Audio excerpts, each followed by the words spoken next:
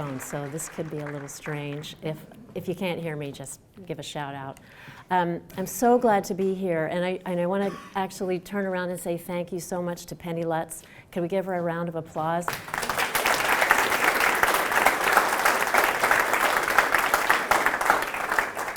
She's the one who had the idea for the school involvement in the Studio 570, the theater group, and I think those are wonderful ideas, and I'm so glad that however I started this 3 years ago is turning into these wonderful projects that involved communities. They're starting to involve communities outside of Maine.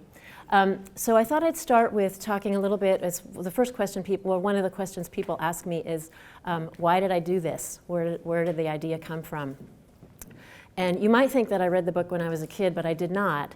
About 8 or 9 years ago, the mom of a student of mine told me about the book in another context. I was working on a project at the time called 100 Drawings of the Same Thing. And she said, "Did you ever read The 100 Dresses?" And I said, "No, that's a book." She said, "Yeah, it's a kid's book. It's really good. I think you might like it." So I got one of the 2 copies out of my public library and fell in love with it.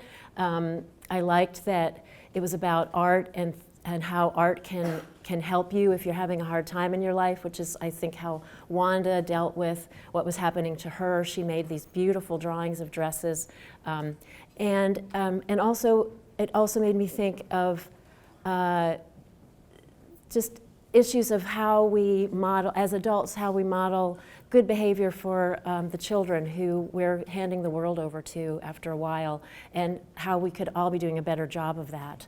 That particularly came home to me in the lead up to the primary season for the 2016 election, and I was just becoming more and more discouraged by the behavior of the adults who were involved in politics and how and I'm talking about across party lines here, folks.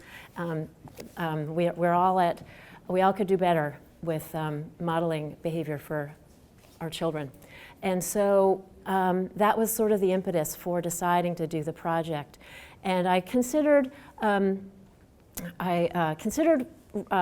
up with the idea and writing a grant and seeing if I could do that. And then I just thought, no, because then I'm just going to have to wait to see if I get the grant and figure out how long that's going to take and jump through hoops that I don't really want to jump through. So I just decided I'm going to print 200 of these, and I'm going to just see if anybody wants to do it, and I'll mail them out. So I printed the dresses, and this is an example of, well, the dress is just this plain yellow dress shape. The only thing added here is the apron. So it had the gray border and the label at the bottom, and I sent out an email to my whole email list, and that includes professional artists and other people, and I just thought, well, I have 200 of these, maybe 10 people want to do it, and I'm going to end up with 190, and I'll have to do them all myself or figure out something else to do with them. So I sent out a call, and at the beginning, when people ask for more than one, I sent them more than one, so there's a few people that have done a few, and I actually did 4 of them, but only one of them has my name on it. 3 of the others have names of women in my family, because I thought I wanted to honor them, but I also, I didn't want to seem like I was being piggish and doing too many. But I was going to run out of women in my family if I was going to have to do 190 of them. So I was really glad of the response. And in fact, I had to stop telling people they could have more than one because I soon had a waiting list, and soon I sent all 200 out. I sent so each person who wanted to do it got a dress print and a page of guidelines, which were pretty, well, not vague exactly, but I just said that the main thing was that you could do printing, painting, drawing, collage, anything you wanted to it. You could do all of those things to it. You could write on it, but you had to keep it whole. And when you were finished, you had to send it back to me, the original thing. Because some people said, well, I'll make it and then send you a copy. I said, no, I want the original thing. You make a copy and keep that one. I want the thing. So, and I'm trying to think what else. I didn't have a deadline at the time because I still wasn't sure how many people were going to want to do it or what might happen with it. Or I really didn't have an idea of what I was going to do with it other than maybe show it somewhere. I just liked the idea. I invited people to read the book, to think about the story, think about the ideas and the message of the story and somehow respond to that in what they did with the dress. So, and then I started getting requests for them. So it was March 2016 when I finished the printing and sent out the call for interested people. And I think by about maybe May, they were all out. They were just gone, and I had a wait list. So I thought, well, that's great. And then I started getting them back, and that summer was like magic. I was getting art in the mail. I had people ring my doorbell who I'd never met, and they were dropping off this fabulous thing. And we got to talk about the book, and we got to talk about ideas about the book, and it was so much fun just getting all these wonderful things. I mean, imagine if you were at your house just like cleaning the toilet and the doorbell rings and you get something like this. It's really fabulous. And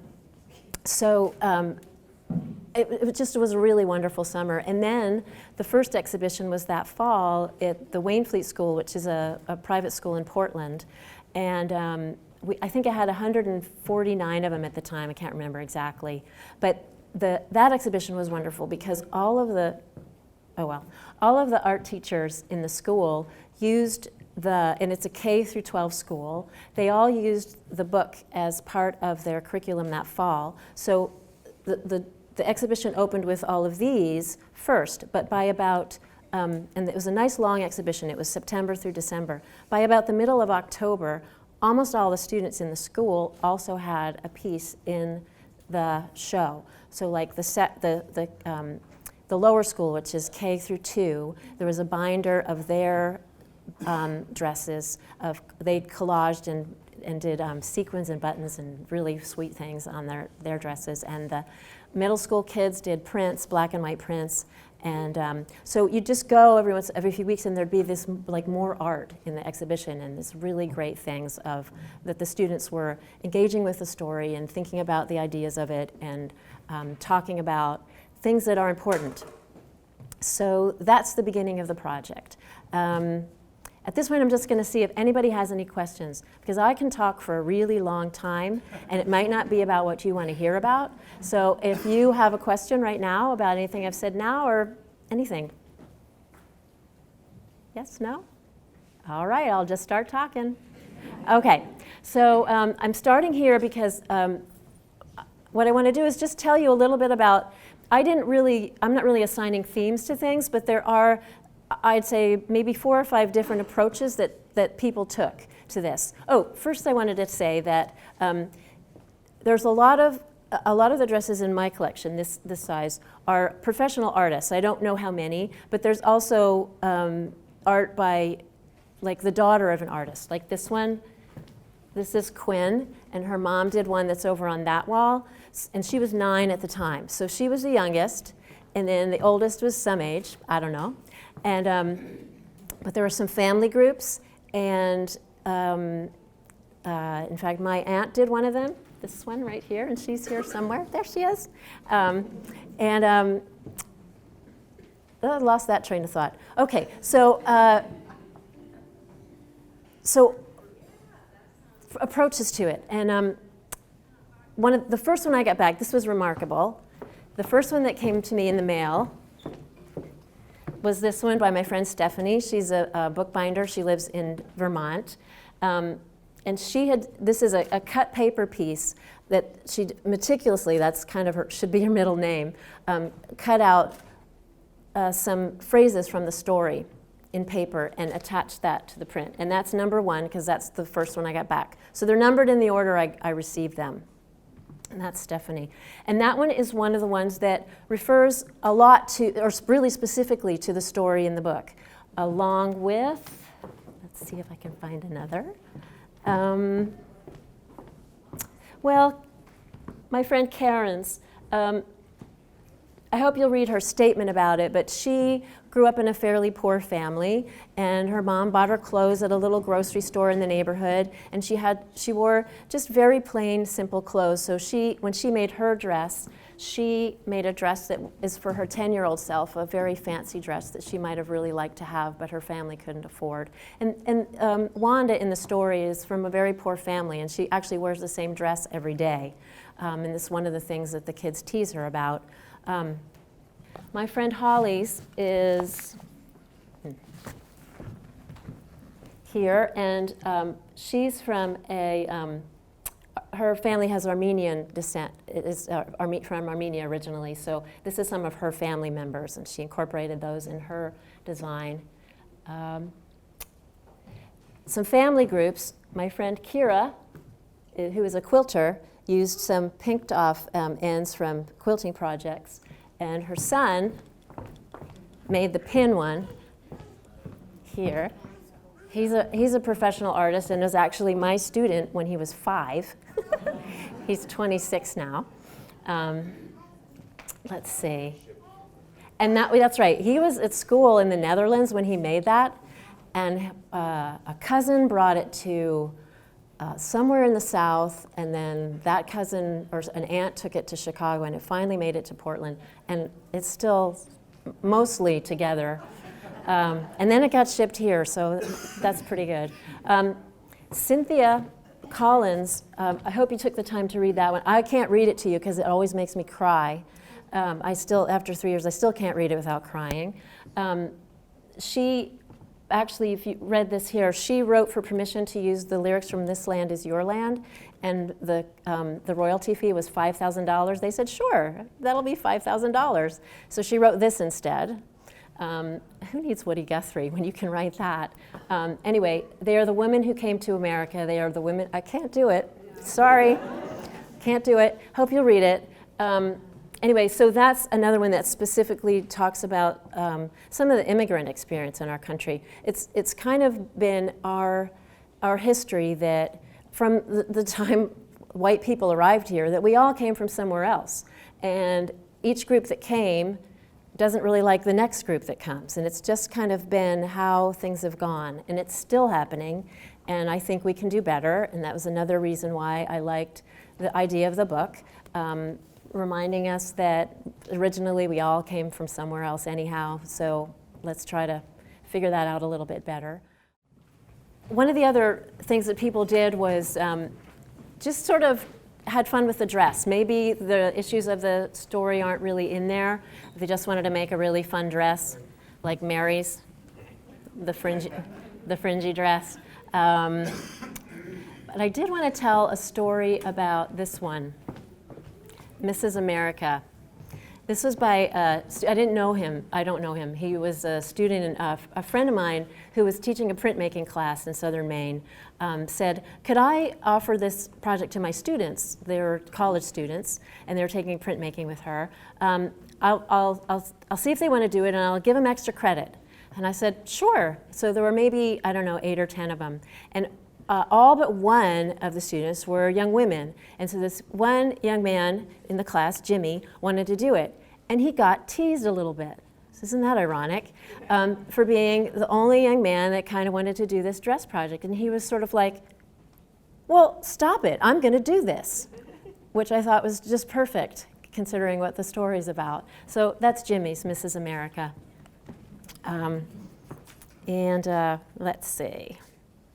Oh, I just wanted to point out Mina's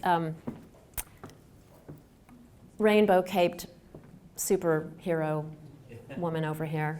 Mina was 12 at the time, and let's see. Another, besides sort of just taking a dress and embellishing it, a lot of the professional artists, or the artists who don't necessarily work with clothing at all, or even specific images, took the dress shape just as a template and worked with how they work anyhow into that.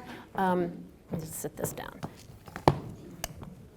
Erica's piece here, you might think that's beaded or that it's cording on there or something. What she does is she puts acrylic paint and medium in a pastry bag and extrudes it like she's I know, isn't it cool? And she squeezes it out.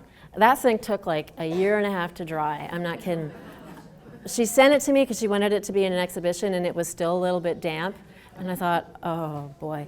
But so she puts one layer on, lets that dry or set up a little bit, and then she does some more, and she keeps building it up and building it up. She makes really large paintings like that, and they take forever to make and a long time to dry.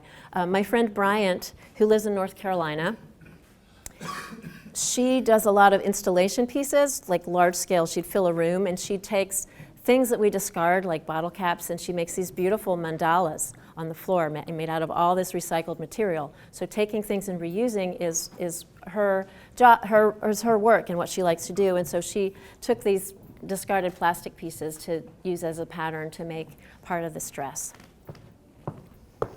Any questions yet? Yes, thank you.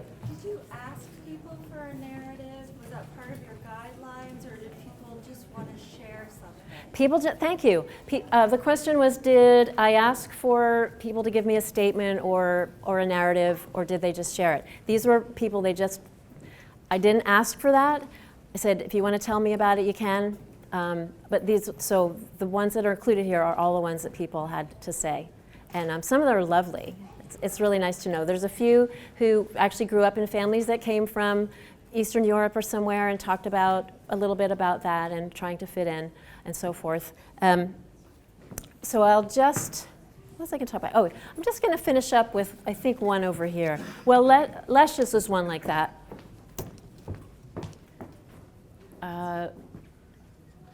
She talks about feeling between two cultures and figuring out how to get in. And her mother sewed all her and her sister's clothes. So I hope you'll take the time to read some of these statements. They're very poignant and really add a lot to the exhibition, I think. And so I'm going to finish with Susie's, which is here.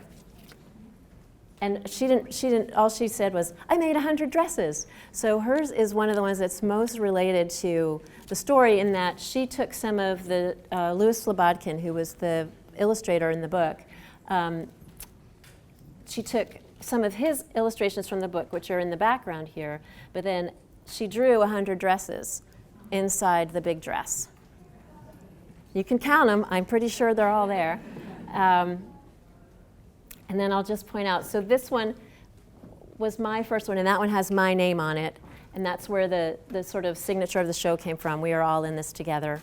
And this one is also one of mine, but named for my great-grandmother, Olive DeHart.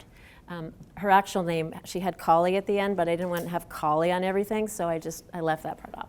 Anyway, that was another one I made. Any other questions?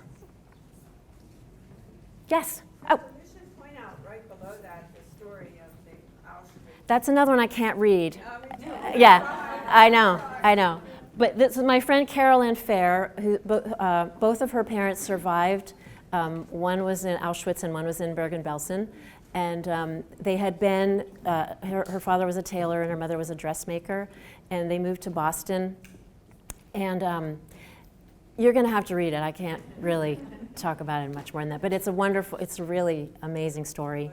And her dress relates directly to her mother's love of sewing and pleated skirts and so forth. So please, I hope you'll take some time to read that. I really can't read that to you, I'm sorry. Any other questions? Yeah? Maybe you could tell them what's involved in how you ship something like this. Oh, I've gotten really good at building boxes that are good to ship things in. And there's some special challenges.